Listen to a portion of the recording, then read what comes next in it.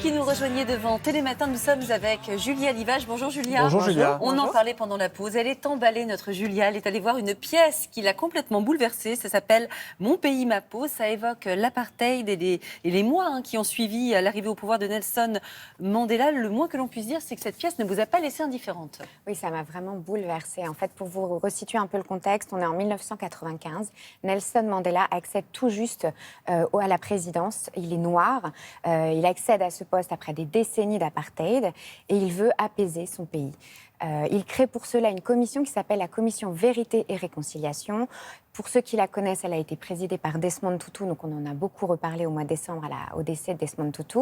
Dans cette commission, elle va sillonner le pays pour écouter, recueillir les témoignages des gens, des deux côtés, côté blanc, côté noir, côté victime, côté bourreau, pour essayer de comprendre et réconcilier ce peuple.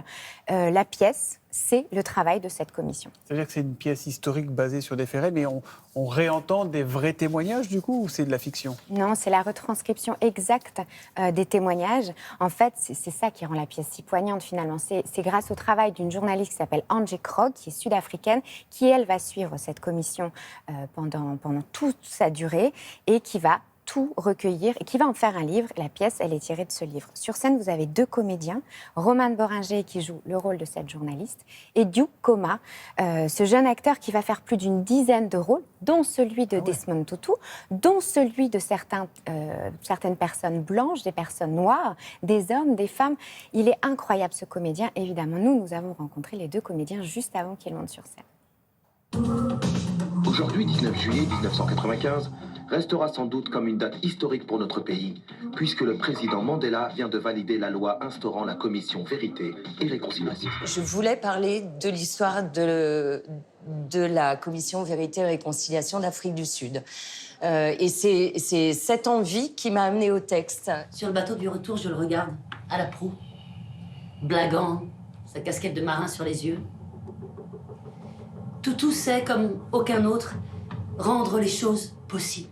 Je suis la voix de Antje Krog, poétesse sud-africaine, qui a couvert la commission en tant que journaliste.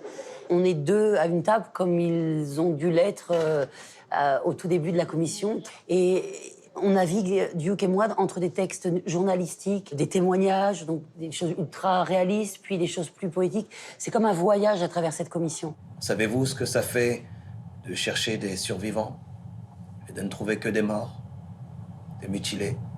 Moi, je passe en fait par tous ces personnages-là. D'abord les victimes, ensuite les bourreaux et aussi les commanditaires qui viennent témoigner de ce qu'ils ont vécu pendant cette période-là. Depuis ce matin, j'ai l'impression que ces auditions n'ont rien à voir avec moi, avec les Blancs. Les Noirs sont en train de décider entre eux ce qu'ils considèrent comme bien ou mal. Mais soit un Noir a le droit de tuer à cause de l'apartheid, soit personne n'a le droit de tuer, quelle qu'en soit la raison. Ce texte, il résonne très très fort aujourd'hui et il y a une volonté de se laisser porter par les mots et par les témoignages et de les déposer quelque part chez le spectateur. Finalement, ces auditions n'ont pas grand-chose à voir avec notre passé. Elles ont tout à voir avec notre futur. En dehors de ce que j'apprends historiquement, je voudrais que mes enfants, les enfants d'autres enfants, des adultes, soient traversés par ce qui a traversé cette commission, cette volonté, cette foi qu'il est encore possible de faire humanité commune. Nous voulons juste être des humains. Certains avec plus de couleurs, d'autres avec moins, mais jouissant tous de l'air et du soleil. Alors, Julia, ça a l'air d'être une mise en scène très épurée. Il y a deux chaises, une table, les textes à la main. C'est pas trop statique. Et pour ma part, est-ce que c'est pas trop long? Non, c'est pas trop long. Et l'intérêt de cette pièce, c'est qu'on est sur des tableaux. Il y a 9 tableaux qui s'enchaînent, qui sont assez courts. Donc, en fait, ça va assez vite. Il y a des ellipses. Donc, ça nous permet de tenir. Puis, c'est vrai que le propos, il est dur, mais il est très simple. L'écriture, elle est simple. C'est une écriture journalistique. Donc, il est très facile d'accès. Et puis, le mot d'ordre, en fait, c'est pour ça qu'il y a une mise en scène très, très, très légère. C'est les faits. Rien que les faits, les comédiens, c'est des passeurs de mots. Ils sont là pour nous donner une information, quelque chose d'essentiel. Et nous, on a l'impression d'assister du coup à quelque chose d'utile. Encore une fois, essentiel. On ressort un peu différent. Oui. C'est très clinique, quoi. On n'est pas on est ailleurs. C'est vrai que les atrocités dont on entend parler sont très dures. C'est abominable. Mais C'est essentiel, c'est important de connaître ce passage de l'histoire. Les comédiens, ils sont en totale osmose et du coup, c'est extrêmement bien réalisé. Rappelez-nous où ça se joue. Au Lucernaire, À Paris. et ce sera en tournée dès la fin des représentations à Paris. Eh ben, Eh bien, parfait. super, merci beaucoup, Julien.